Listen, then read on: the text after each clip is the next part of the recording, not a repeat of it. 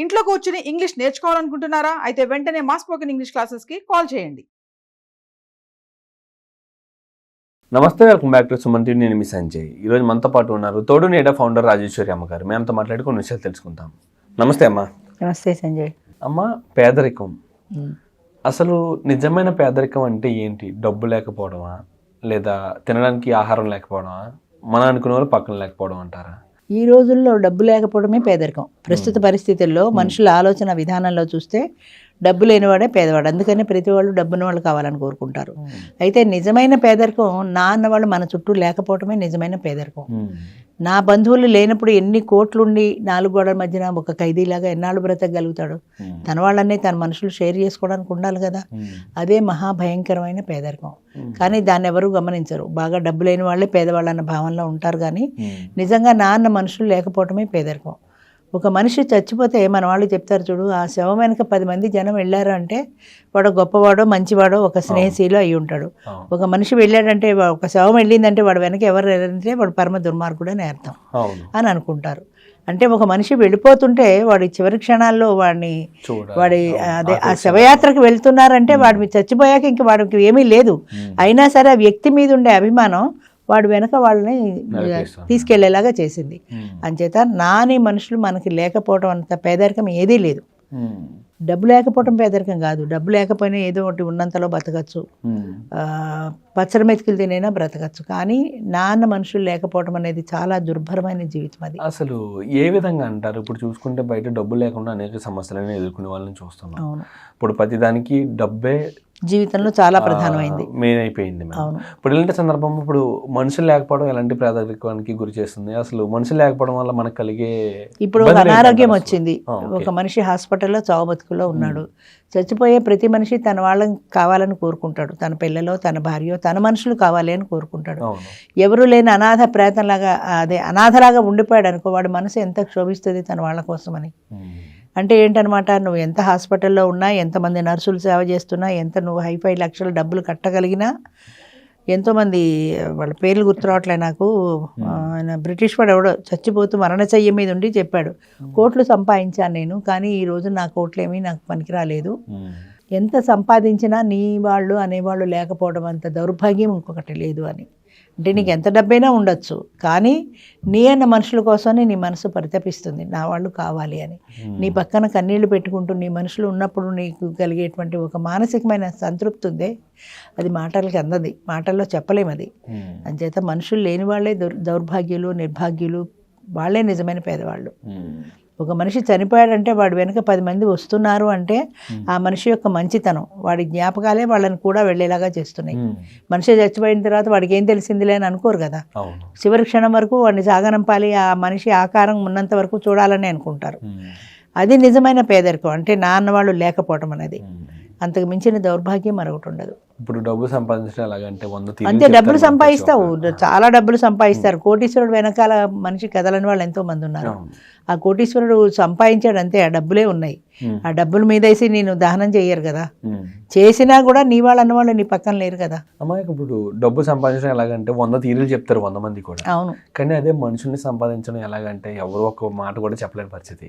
మనుషుల్ని సంపాదించడం ఎలాగంటే నువ్వు వాళ్ళ పట్ల చూపించే ఆత్మీయత, అంటే నీకు ఒక అభిమానం వాళ్ళ పట్ల, ఒక ఎమోషనల్ రిలేషన్, నా మనుషులు అన్న ఫీలింగ్, నువ్వు వాళ్ళ కోసం ఏమైనా చేయగలను చేస్తావు అన్న వాళ్ళ విశ్వాసం, ఇవన్నీ ఉండాలి. ఇవన్నీ ఉన్నప్పుడు నీకు వాళ్ళు దగ్గర అవుతారు.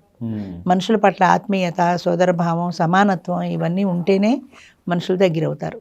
అవి లేకుండా నా డబ్బు నేను అని డబ్బు మూట కట్టుకొని కూర్చుంటే ఎవరు దగ్గరికి రారు. ఇవాళ దగ్గరికి వస్తారు, బహుశా నువ్వు లక్షలు ఖర్చు పెడుతున్నావు కాబట్టి దగ్గరికి వస్తారు. ఆ డబ్బులు అయిపోయిన తర్వాత డబ్బుగా కాకుండా నిన్నుగా ఇష్టపడే వ్యక్తులు ప్రపంచంలో ఎవరైనా ఉన్నారా? అదే ఆలోచించుకోవాలి. డబ్బున్నంతకాలం బెల్లం చుట్టూ ఈగలాగా చేరుతారు. ఆ డబ్బు అయిపోతే నీ ముఖం కూడా చూడరు. ఈ డబ్బుని కాసేపు పక్కన పెట్టి వ్యక్తిగా నీకు ఎంతవరకు ఎంతమంది అభిమానం సంపాదించుకోగలిగావు. ఇప్పుడు చూడండి, ఒక కలెక్టర్ గారు కుర్చీలో కూర్చున్నారంటే కలెక్టర్ గారికి సెలవును కొడతారు.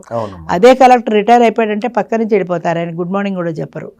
అంటే అది ఆ సీటుకి ఇచ్చిన గౌరవం, నీకు ఇవ్వాల గౌరవం వ్యక్తిగా. అదే ఒక్కొక్క కలెక్టర్ ఉన్నాడు అనుకోండి, ఆయన రిటైర్ అయిపోయాక కూడా ఆయన బాగున్నారా సార్ అని పలకరించే వాళ్ళు ఉంటారు. ఆయన ఒక వ్యక్తిగా ఆయన గౌరవాన్ని నిలబెట్టుకున్నాడు ఆయన. అంటే సీటుకి ఇచ్చారా వ్యక్తికి ఇచ్చారంటే అక్కడ వ్యక్తికే ఇచ్చారు. ఆ సీట్లో ఉన్న వాళ్ళని గౌరవం ఇచ్చారంటే సీటుకే ఇచ్చారు, నీకు ఇవ్వాల. అది తెలుసుకోవాలి. అలా ఒక మనిషి మనకి నమస్కారం చేశాడు అంటే, బాగున్నారా అని పలకరించారు అంటే వాళ్ళ యొక్క అభిమానాన్ని మనం చూరగొన్నామని అర్థం. ఆ సీట్లో ఉన్న వాళ్ళు నీ చుట్టూ చేరారంటే వాళ్ళ అవసరం కోసమే వాళ్ళు చేరారు. అది లేనాడు నువ్వేమైపోతావు? నువ్వు ఉన్నావో లేవో చచ్చావో పలకరించరు కదా వాళ్ళు.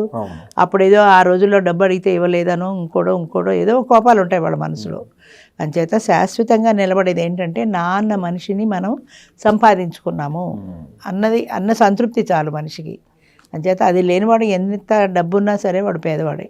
అమ్మ అక్కడ ఎంత చూసుకుంటే ఇప్పుడు డబ్బు ఉన్న వాళ్ళ చుట్టూ బెల్లం చుట్టూ ఈగల్లా వాళ్తారని చెప్పారు కదా.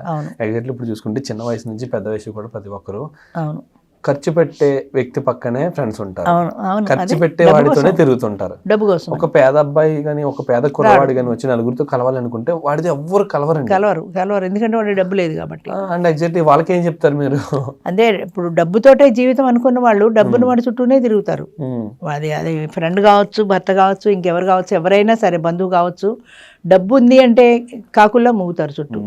డబ్బు లేని వాడి చుట్టూ ఎవరు తిరగరు, వాడు ఎంత మంచివాడైనా సరే. అంటే డబ్బుకే ప్రాధాన్యం ఇచ్చే మనుషులు ఉన్న చోట డబ్బుకే గుర్తింపు. డబ్బు ఉంటే నీ చుట్టూ తిరుగుతారు. కానీ ఈ డబ్బు లేకుండా నువ్వుగా నిలబడి నీ పక్కన ఎవరైనా ఉంటారేమో ఆలోచించి ఒక్కసారి. నేను చెప్పేది అది. డబ్బు లేకుండా వ్యక్తిగా నిన్ను గౌరవించే వాళ్ళు ఉన్నారా? ఉండరు. డబ్బు ఉంటేనే గౌరవిస్తారు. అంటే అది చాలామంది డబ్బుని వాళ్ళకి తెలుసు, అంటే డబ్బు ఉంటేనే నా గౌరవం అని. ఆ డబ్బుని వాళ్ళు ఇలా ఖర్చు పెడుతుంటే, ఇప్పుడు సెక్యూరిటీ గార్డు ఉన్నాడు అనుకో, కారు డోర్ తీస్తాడు, వాడికి 10 రూపాయలు ఇస్తే సలాం కొడతాడు. 10 రూపాయలు ఇవ్వకపోయినా సలాం కొట్టాడంటే నీకు వ్యక్తిగా వాడు గౌరవం ఇచ్చాడు. నీ 10 రూపాయల నోటు చూసి సలాం కొట్టాడంటే నీ 10 రూపాయల నోటుకి ఆ గౌరవం నీకు కాదు. ఆ డిఫరెన్స్ తెలుసుకోగలగాలి మనుషులు. దురదృష్టం ఏంటంటే ఆ డిఫరెన్స్ ఎవరికీ తెలియదు. 10 రూపాయలు ఇచ్చి వాడితో సలాం కొట్టించుకుని నా సలాం కొట్టాడని ఆనందపడతాం అంతే. డబ్బుతో సంబంధం లేకుండా ఒక వ్యక్తిని అభిమానిస్తున్నా సరే ఆ వ్యక్తి దూరం పెడుతుంటారు. మేము ఒక సందర్భంలో చూసుకుంటే డబ్బున్న వాళ్ళకి ఇంపార్టెన్స్ ఇస్తారు, కానీ ఈ వ్యక్తికి ఏమో ఒక డబ్బు లేని వ్యక్తి మంచిగా అభిమానిస్తారు. అదే అక్కడ ప్రధానం ఏంటంటే డబ్బు. ఆ డబ్బు ఉంటే వాళ్ళు నమస్కారం పెడతారు, వాళ్ళు ప్రాధాన్యం ఇస్తారు. డబ్బు లేని వాడు యూస్లెస్ ఫెలో, వేస్ట్ ఫెలో, వాడికి ఏం లాభం, వాడి వల్ల మనకేం పని కాదు. అలాంటి వ్యక్తులతో ఎలా ఉండాలి అంటారు? సంథింగ్ ఇప్పుడు నార్మల్ గా మనం ఉన్నాం అనుకుందాం, డబ్బు లేని వ్యక్తిని అనుకుందాం. నేను నాతో తిరిగే 4 వ్యక్తుల్లో 1-2 వ్యక్తులు ఉన్నారు, 4 డబ్బున్న వాళ్ళు, మిగతా 2 నార్మల్ సాధారణ వ్యక్తులు ఉన్నారు. కానీ ఆ 2 వ్యక్తులకి ఎక్కువ ఇంపార్టెన్స్ ఇస్తూ ఉంటారు.